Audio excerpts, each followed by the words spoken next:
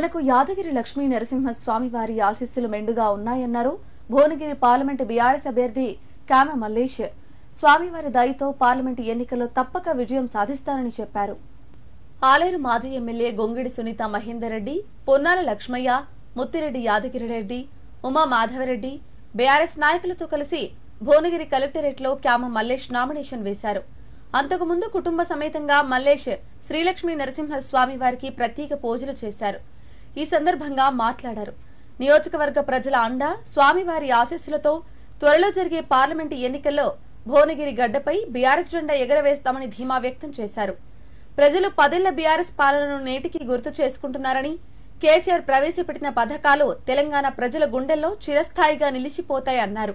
MP ఎన్నికల్లో రాష్ట్ర వ్యాప్తంగా బీఆర్ఎస్ పార్టీ అత్యధిక స్థానాల్లో గెలుస్తుందన్నారు.